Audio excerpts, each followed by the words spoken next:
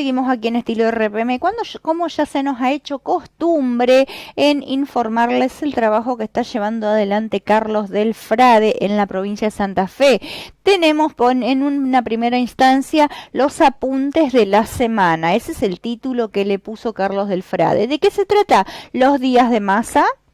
Totalmente lo que es noticia en todo el país, extorsiones narcos y de exportadores, el ambiente como derecho humano, el Papa y Argeleli y la gran esperanza de la pibada de la Guido Hispano. Esa es la agenda, los apuntes semanales que tiene Carlos del Frade. Entonces, tenemos el video para compartir con usted. ¿Cómo les va? Como siempre es un gustazo poder compartir con ustedes estos 5 apuntes que tenemos como para pensar en voz alta, cuestionar el presente y revalorizar, como siempre lo hacemos, el protagonismo popular para la transformación de la realidad, desde lo cercano a lo lejano. Evidentemente, la semana, los primeros días de agosto, se van a caracterizar porque es el principio de los días de Sergio Massa como superministro y virtual hombre que sintetiza las expectativas del Frente de Todos para quedarse en la presidencia de la Nación a partir del año 2023. Massa parece ser uno de los más pragmáticos representantes de un peronismo más vinculado a la década del 90 que a lo que se supone que es la respuesta de un Estado moderno ante la necesidad del tercer milenio, que siguen siendo en definitiva las consecuencias de la concentración y extranjerización de riquezas.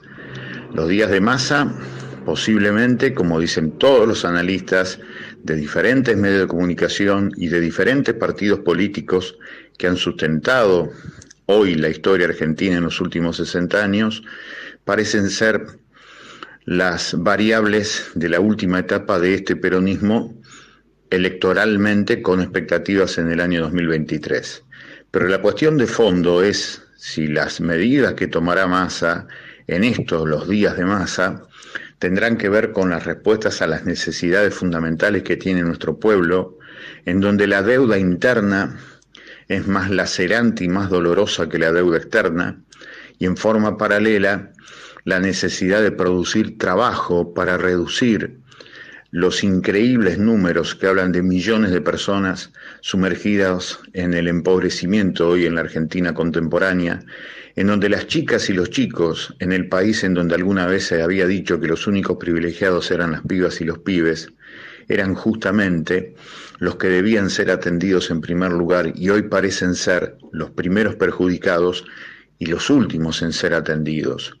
Esos temas vitales que hacen a la posibilidad de recuperar parte del comercio exterior argentino para la Argentina, recuperar la voluntad política de cuidar el ambiente, también como un elemento fundamental para una vida mejor en el presente y en el futuro, son hechos que no aparecen por lo menos en estos atribulados días que preceden al lanzamiento de las medidas que tendrán lugar este miércoles, el 3 de agosto, en la República Argentina, iniciando los días de Massa. El segundo apunte es algo muy importante que se ha producido en las Naciones Unidas. Se ha declarado al ambiente como parte de los derechos humanos inalienables de todas las personas en el mundo.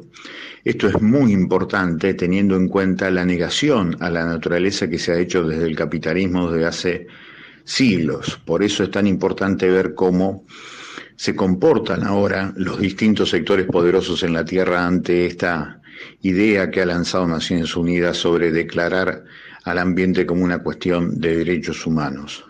En forma paralela y mientras tanto los incendios siguen marcándonos frente a las costas de la provincia de Santa Fe, porque también se han producido incendios en distintos puntos de la geografía, además de las islas frente a Rosario, que para muchos todavía los intereses particulares están por encima de esta casa cósmica tan castigada que es el planeta Tierra.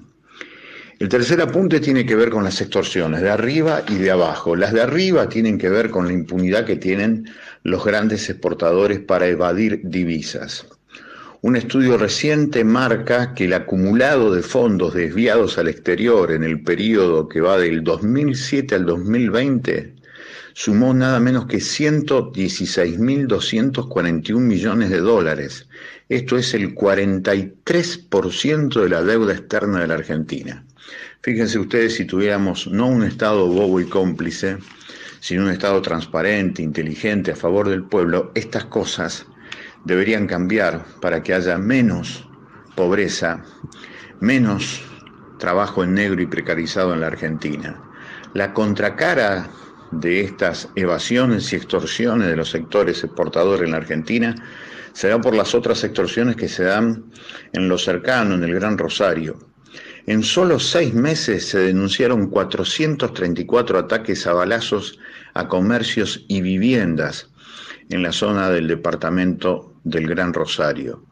Y además de eso, hubo una serie de denuncias muy pero muy grandes sobre lo que significaban amenazas de palabra para la gente que tiene comercios en los distintos barrios.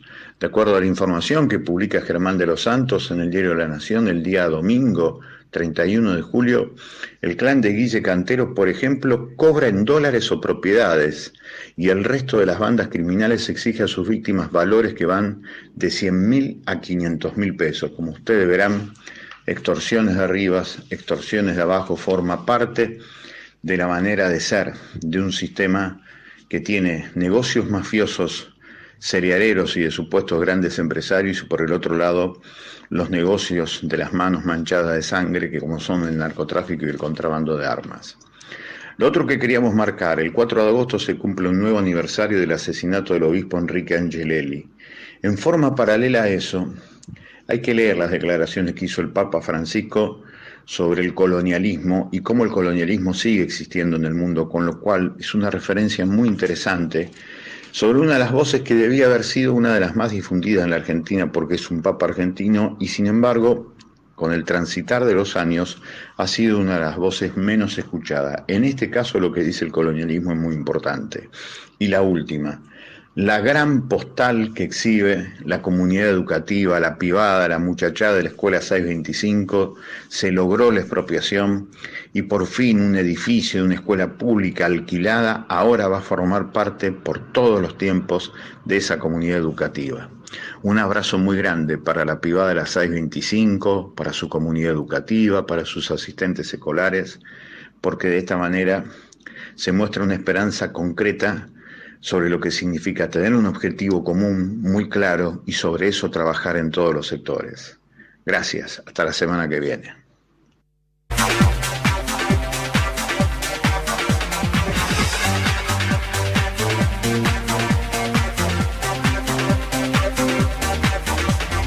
Por otra parte, referida a la educación, dijo Carlos del Frade, 73 años, sin ley de educación en Santa Fe, es una verdadera vergüenza. Es lamentable que al día de hoy sucedan estas cosas, pero él está allí, como siempre decimos, desde su banca peleando y poniendo sobre la mesa lo que hay que poner. También tenemos las imágenes para compartir con ustedes. Tiene la palabra el diputado Carlos del Frade. Gracias, señor presidente. En primer lugar, también nosotros, desde el bloque, con la diputada Damaris Pacchiotti y quien habla, vamos a pedir la abstención al cuerpo en estos proyectos de comunicación. Sí vamos a votar afirmativamente los pedidos de informe, porque efectivamente lo que falta es información. Lo que dijo el diputado Boscarol fue claro y nos impone una lógica, una pauta de lógica. ¿Por qué decir que hay que negar aquello que no conocemos? ¿Por qué nos oponemos a lo que no conocemos? No tiene sentido, no tiene lógica, me parece a mí. Dicho esto, insisto, volviendo al espíritu de lo que significó la reunión parlamentaria, los pedidos de informe estamos todos de acuerdo. Estamos absolutamente de acuerdo. La solicitud de información es fundamental. Ahora, el debate que estamos dando acá es un debate estructural. El debate educativo que venimos dando desde hace años con el diputado Boscarol, cuando con visiones ideológicas totalmente diferentes, pensamos y construimos una ley provincial de educación. Y este es el primer tema estructural que tiene la provincia. No tenemos ley provincial de educación desde el año 1949, 73 años sin ley provincial de educación. Una gran vergüenza. Todo lo que hagamos a partir de allí son cuestiones chapuceras, casi como salir con cualquier tipo de idea sin saber cómo se va a implementar, como recién se dijo aquí. La otra cuestión que es fundamental, saber que en esta historia, que posiblemente arranque desde la ley 1420, allí la ley de educación tenía que ver con un proyecto nacional. Ese fue un proyecto de educación. El proyecto de Sarmiento de la Ley de Educación Pública tenía que ver con la inclusión, con el desarrollo y el progreso, porque eso estaba en la simiente filosófica de lo que significó el proyecto de Sarmiento, el proyecto incluso de la generación del 80 del siglo XIX. Después hubo un proyecto educativo en donde se dejaba de lado a todos los sectores populares, que se implementó especialmente en la década del 30. A partir de la década del 30 había incluso una exclusión de los sectores de obreros, de hijas de obreros, de hijos de trabajadores. Después hubo otro proyecto educativo, que fue el proyecto educativo del peronismo, del 46 al 55, en donde la educación tenía que ver directamente con la inclusión en el mundo del trabajo. Era todo un proyecto. En la década del 60 vinieron todos los planes de la CEPAL en relación al desarrollo de América Latina. Y en la década del 70 empezó el debate en serio sobre lo que significaba una educación a favor de la transformación social, que estaba basado fundamentalmente en los estudios de Paulo Freire, o una educación para el sistema, en donde empiezan a haber distintas diferencias. Pero el momento cumbre de lo que significó la debacle educativa para nosotros fue la década del 90, porque la década del 90, con el menemato en el poder, se hizo la Ley Federal de Educación, y con la Ley Federal de Educación se redujo a la tercera parte las horas de historia y de filosofía, se redujo a la cuarta parte el dictado de las horas de matemáticas, se redujeron las horas de música, con lo cual todo lo que tenía que ver con la formación artística, humanística, el pensamiento crítico, la socialización de la belleza, desapareció, porque era un proyecto de educación de acuerdo a niveles económicos sociales. Eso cuesta mucho remontar. Después el kirchnerismo genera proyectos de leyes de educación a partir del año 2006 sobre los cuales discutimos, en donde había que, entre otras cosas, pensar cuál era el proyecto político-económico del país y qué educación para ese proyecto. ¿Qué pasó en la provincia de Santa Fe?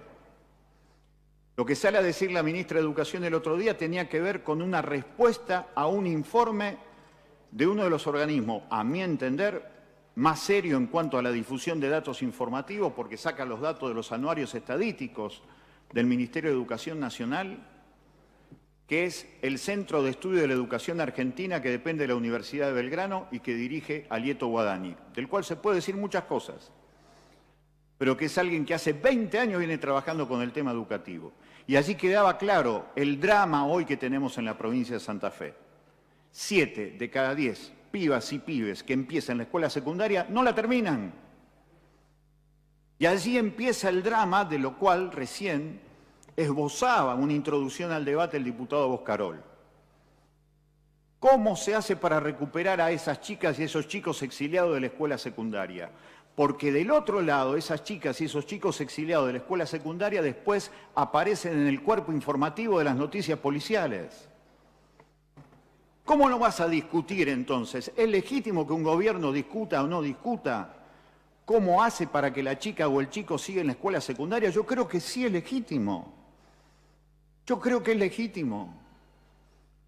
¿La repitencia es la mejor herramienta? Posiblemente no, pero hay que debatirlo.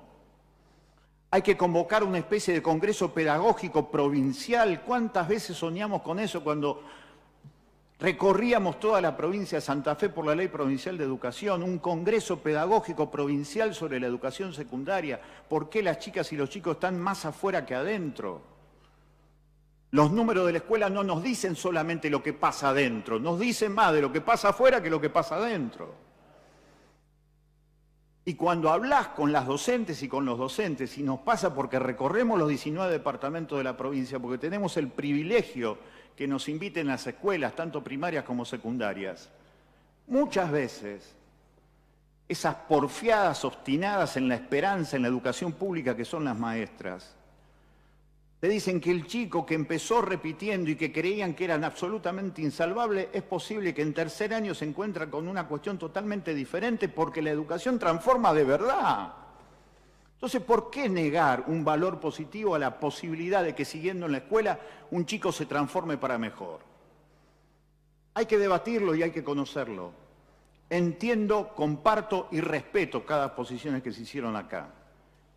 Pero resulta ilógico negar algo que no conocemos, porque no sabemos lo que está pensando la ministra Cantero, no sabemos cuál es su proyecto. Y después el otro nivel tremendo de exclusión social que tenemos a partir de las cifras educativas.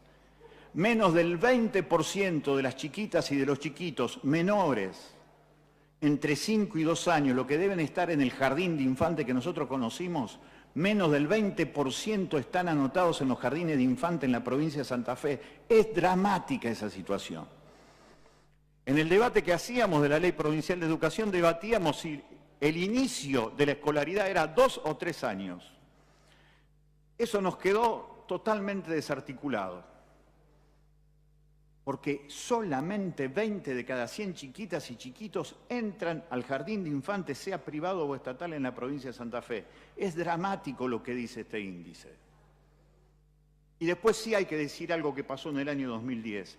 El censo del 2010 arrojó uno de los datos más lacerantes de la realidad argentina. El 50% de la población adulta en la Argentina no tiene la escuela secundaria terminada. El viejo mito de la década del 60 de que la Argentina es el faro educativo y cultural de América Latina no existe más. No existe más. Y de acuerdo al avance de la tecnología, no tener la escuela secundaria terminada efectivamente te convierte prácticamente en un pueblo semianalfabeto. ¿Podemos permitir que una ministra de Educación entienda que la repitencia sea una herramienta para la inclusión social? Yo creo que es lógico pensarlo. No nos gusta cómo está planteado, porque nos está faltando información. Por eso dijimos allí, en Parlamentaria, que apoyábamos todos los proyectos de pedido de información, porque este bloque históricamente se caracterizó de votar todo a favor, todos los pedidos de informe, por más que no estemos de acuerdo. Pero es ilógico decir que no a algo que no conocemos. Es casi una actitud prejuiciosa. Por eso me parece que es muy importante lo que se está debatiendo hoy. ¿Cómo debatimos estructuralmente la educación en Santa Fe? Porque es allí una de las cuestiones fundamentales para pensar un mejor presente para las santafesinas y los santafesinos. Por eso, señor presidente, en los proyectos de comunicación que nos sean pedido de informe, nosotros pedimos en este tema permiso al Pleno de abstención. Muchas gracias, señor presidente.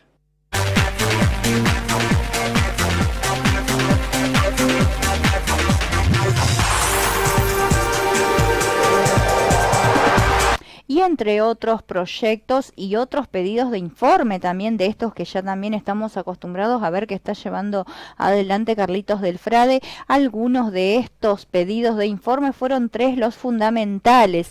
Uno de ellos es saber la evolución de las bandas delictivas en el barrio del Mercado de Rosario, si el ex dirigente de la Sociedad Rural de Diamante y colaborador del ex ministro Echeverre durante el macrismo, Leonardo Airaldi, detenido allí en Rosario con armas de guerra y drogas, que está vinculado con las organizaciones narcopoliciales de la provincia, y desde cuándo y cuál es la situación de las personas que trabajan en calidad de contratadas en el canal público de la provincia de Santa Fe. Un proyecto de comunicación para solicitar una ayuda económica también para los bomberos voluntarios de carreras del departamento General López, y la preocupación por la solicitada del grupo Vicentín del día 26 de julio, en la que se desconoce el avance de las causas penales que que denunciaron las maniobras delictivas. Estos fueron los 3 pedidos fundamentales que volvió a insistir Carlos del Frade en pedir que se trasluzcan, se saquen a la luz todos estos temas. Por otro lado, este lunes 1 de agosto va a presentar 2 nuevos proyectos de ley para regular las tecnicaturas de la disciplina de la psicología social en la provincia de Santa Fe y también las empresas dedicadas a la venta de productos de ortopedia para que no haya ningún tipo de privilegios. Un proyecto de comunicación para que se insista en no perder el diálogo y evitar 30 despidos por parte de la empresa Fodimex en el Shopping Alto Rosario y 4 pedidos de informes también sobre los datos aportados por la Prefectura Naval Argentina a los organismos estatales santafesinos en los últimos 2 años, luego de conocerse esa noticia en el Ministerio Público del Paraguay, que confirmó que en ese periodo se explotaron 42 toneladas